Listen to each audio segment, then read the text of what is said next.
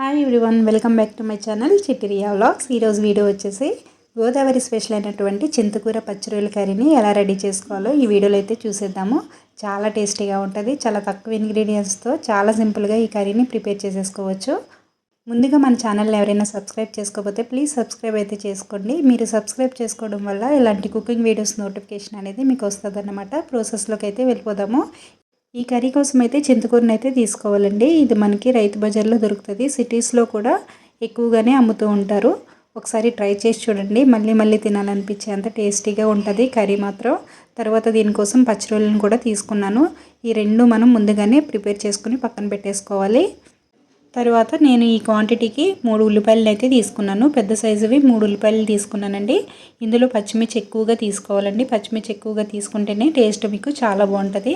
బాండీలోకి oil అనేది heat అయిన తర్వాత ముందుగా క్లీన్ చేసి పెట్టుకున్నటువంటి ఈ రొయ్యలను వేసి కొంచెం ఫ్రై చేసుకోవాలి. ఇవి ఫ్రై అవుతున్నప్పుడు కొంచెం సాల్ట్, పసుపును కూడా వేసుకొని ఇవి కొంచెం ఫ్రై అవ్వగానే ఉల్లిపాయ, పచ్చిమిరపకాయలను కూడా ఇందులో వేసుకొని గోల్డెన్ కలర్ వచ్చేంత వరకు వీటిని అయితే ఫ్రై చేసుకోవాలి. ఈ కర్రీ మనకి లో ఫ్లేమ్లో పెట్టుకుని చేసుకోకూడదండి. మీడియం ఫ్లేమ్లో పెట్టుకుని చేసుకోవాలి, లేదంటే కర్రీ మనకి తీపి వచ్చేస్తుంది. మీరు లో ఫ్లేమ్లో కాకుండా కొంచెం మీడియం ఫ్లేమ్లో పెట్టుకుని వీటిని అయితే ఫ్రై చేసుకోవాలి. కొంచెం కరివేపాకును కూడా యాడ్ చేసుకుని ఇందులో 1 టీ స్పూన్ వరకు ధనియాల పొడి, జీలకర్ర పొడి 1 టీ స్పూన్ చొప్పున వేసుకొని రుచికి తగ్గట్టుగా మీకు కారం అయితే యాడ్ చేసుకోవాలండి. కారం పచ్చివాసన పోయిన తర్వాత కొంచెం వాటర్ని అయితే యాడ్ చేసి ఒక 10 నిమిషాల పాటు కుక్ చేసుకోవాలన్నమాట. ఈ చింతకూరని ఇందులో యాడ్ చేసినప్పుడు వాటర్ అనేది మనకి తక్కువగా ఉండాలండి. వాటర్ ఎక్కువ ఉంటే కనుక మనకి ఇది నీరులా ఉంటుందన్నమాట. చూసారు కదా, వీడియోలో చూపిస్తున్న విధంగా అయితే చింతకూరని ఇలాగ నలిపి ఇందులో వేసుకోవాలి. ఇలా వేసిన తర్వాత గరిటెతో మనం 5 మినిట్స్ పాటు తిప్పకూడదండి. మూత పెట్టేసి దీనిపైన ఒక 5 మినిట్స్ పాటు కుక్ చేసుకోవాలి. ఈ కర్రీ యొక్క టేస్ట్ అనేది మనకి చింతకూరలోనే చాలా ఎక్కువ ఉంటుంది. ఈ ఫ్లేవర్ అనేది చాలా డిఫరెంట్గా ఉంటుంది. కొంచెం పులుపు, కొంచెం వగరు అన్నట్టుగా చాలా టేస్టీగా ఉంటుందండి. చాలా డిఫరెంట్ టేస్ట్ ఇది. ఈ కర్రీ మాత్రం ఒక్కసారి ఈ కర్రీని ఇలా ట్రై చేసి చూడండి, మీకు బాగా నచ్చుతుంది.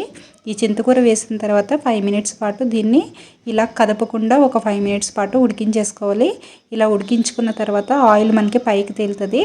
అసలు వాటర్ అనేది లేకుండా దీన్ని అయితే ఉడికించేసుకోవాలండి. ఇలా ఉడికించేసుకున్న తర్వాత లాస్ట్లో మనం కొత్తిమీరని వేసుకుని గార్నిష్ చేసేసుకుంటే కర్రీ మనకి రెడీ అయిపోతుంది. చాలా ఈజీ కదా. ఒకసారి ట్రై చేసి చూడండి, మీకు నచ్చుతుందని అనుకుంటున్నాను. ట్రై చేసి టేస్ట్ ఎలా వచ్చేసింది అనేది కూడా మీకు కామెంట్ బాక్స్లో కామెంట్ అయితే చేసేయండి. వీడియో కనుక నచ్చినట్లయితే వీడియోని అయితే లైక్ చేయండి, షేర్ చేయండి. ఛానల్ని అయితే ప్లీజ్ సబ్స్క్రైబ్ అయితే చేసుకోండి.